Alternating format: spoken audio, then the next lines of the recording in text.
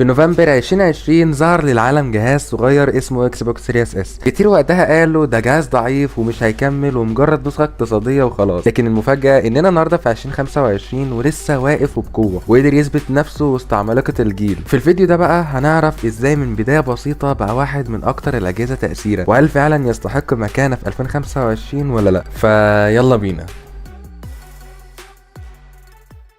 في 10 نوفمبر 2020 مايكروسوفت نزلت للعالم جهازين، الوحش الكبير واقوى جهاز في وقته كان الاكس بوكس سيريس اكس، والنسخه الارخص والاكثر بساطه كان الاكس بوكس سيريس اس. عايز اقول لك ان الناس وقتها اتقسموا نصين، في ناس كانت متحمسه وقالت اخيرا جهاز يشغل لنا العاب الجيل الجديد بسعر رخيص، وفي ناس تانية شافت ان ده جهاز ضعيف وهيبوظ صوره مايكروسوفت. كانت فكره مايكروسوفت من الاول كانت واضحه، هم عارفين ان مش كل اللاعبين معاهم فلوس يشتروا الاكس بوكس سيريس اكس والبلاي ستيشن 5، فقالوا طب ليه ما نعملش جهاز اقتصادي صغير في الحجم ويخلي اي حد يعيش تجربه الجيل الجديد حتى لو مش باعلى جوده. وهنا ظهر الاكس بوكس سيريس اس. سعر وقت الاصدار كان حوالي $300، يعني نص ثمن البلاي ستيشن 5 تقريبا.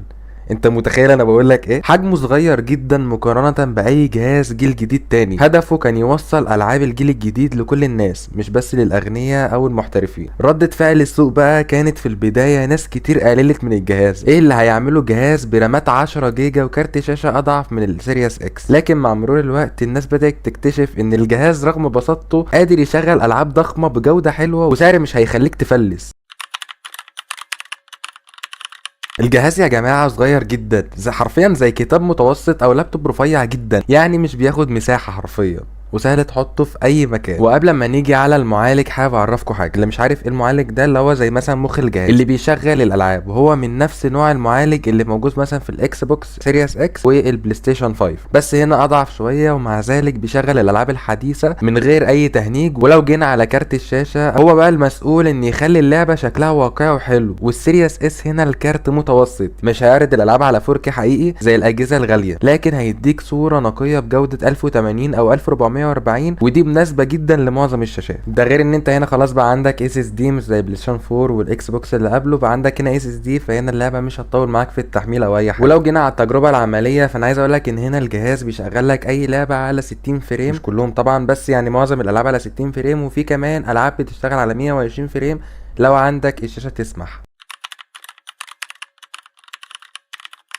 بعد مرور 5 سنين على اطلاقه السؤال الطبيعي، هل لسه الجهاز ده قادر ينافس؟ الاجابه ولسه واقف على رجليه بقوه كمان. يعني في تشغيل الالعاب الجديده معظم الالعاب الضخمه اللي نزلت في اخر سنتين زي كول اوف ديوتي بتاعت 2025 كلها شغاله بشكل كويس جدا على السيريس اس. صحيح مش هتاخد دقه 4K زي السيريس اكس او البلاي ستيشن 5، لكن هتاخد جوده 1080p او 1440 على اداء سلس. يعني لو عندك شاشه فول اتش دي او حتى 2K الجهاز ده هيكفيك تماما، ومش لازم تجيب الفايف والسيريس اكس والحاجات اللي فوق دي. مشكله الاكس بوكس سيريس اس ان المساحه التخزين بتاعته 512 جيجا بس، يعني انت ممكن يكون مساحة تليفونك اعلى من مساحة الجهاز.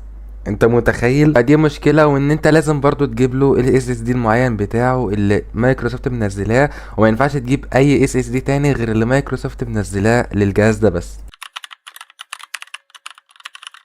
لو جه في بالك سؤال ان انت ايه الالعاب اللي انت ممكن تلعبها على الجهاز ده، فانت جيت حرفيا هنا في لعبه مايكروسوفت. عايز اقولك ان الجهاز ده بيشغل اي لعبه من الجيل الجديد زي الاكس بوكس سيريس اكس، بس باختلاف بس ان هو دقه قليله شويه عن دقه الاكس بوكس سيريس اكس. اي لعبه تيجي في بالك هتقدر تلعبها. وعايز اقولك حاجه كمان، انت تقدر تلعب العاب الاكس بوكس اللي قبل الجهاز ده كمان، انت متخيل؟ طبعا وتقدر تلعب اي لعبه ضخمه طبعا زي فورزا وكول اوف ديوتي وفيفا 26 كمان، وعندك العاب كتير جدا تقدر تشغلها. ده غير الحاجه اللي اي حد ممكن يشتري اكس بوكس عشانها وهي الجيم باس. اكتر ميزه للجهاز الخدمه دي عامله زي نتفليكس الالعاب، تدفع اشتراك شهري بسيط بتاخد مئات الالعاب الجديده والقديمه. الاشتراك الشهري اللي انت ما تعرفوش ده تقريبا 190 جنيه 180 جنيه في الحدود دي. يعني في 2025 الجيم باس بقت فيها حصريات تقيله زي هيل بليد والعاب من اكتيفيجن بعد ما مايكروسوفت اشترتها، زي مثلا كول اوف ديوتي القديمه والجديده، وده اللي مخلي ناس كتير تختار السيريس اس. جهاز رخيص زائد مكتبه العاب ضخمه من غير ما تشتري العاب غاليه كل مره. وفي ناس على فكره بتقارن بينه وبين البلاي ستيشن 4 برو، وطبعا هنا اكيد انت لازم تختار تختار السيريس اس عن الفور برو، لان ده طبعا هيقدم لك قيمه اكبر، وغير ان انت هتلعب اونلاين اكتر، وهيجي لك جي تي اي 6. خلي بالك، وده اللي انا لسه ما قلتوش، ان انت هيجي لك جي تي اي 6 على الجهاز ده، ارخص جهاز تقدر تلعب عليه جي تي اي 6 واي لعبه جايه زي كول اوف ديوتي مثلا بلاك اوبس 7 والالعاب الجايه دي كلها هتنزل على السيريس اس باذن الله. الخلاصه في 2025 مكتبه الالعاب على السيريس اس بقت ضخمه جدا، والجهاز بقى زي تذكره دخول لعالم الجيمنج كله، سواء بتحب حصريات اكس بوكس او الالعاب الاونلاين المجانيه او حتى الالعاب القديمه، كله موجود.